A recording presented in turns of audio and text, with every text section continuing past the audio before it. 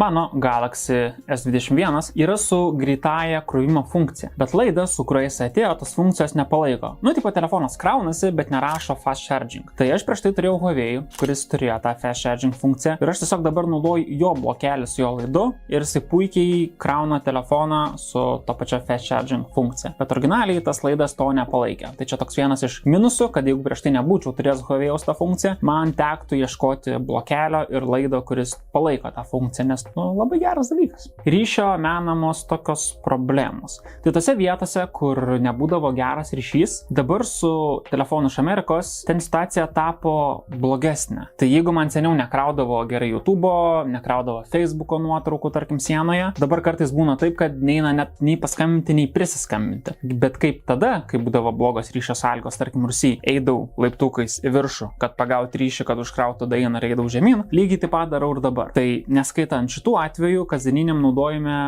viskas yra ok, nepastebėjau jokių problemų.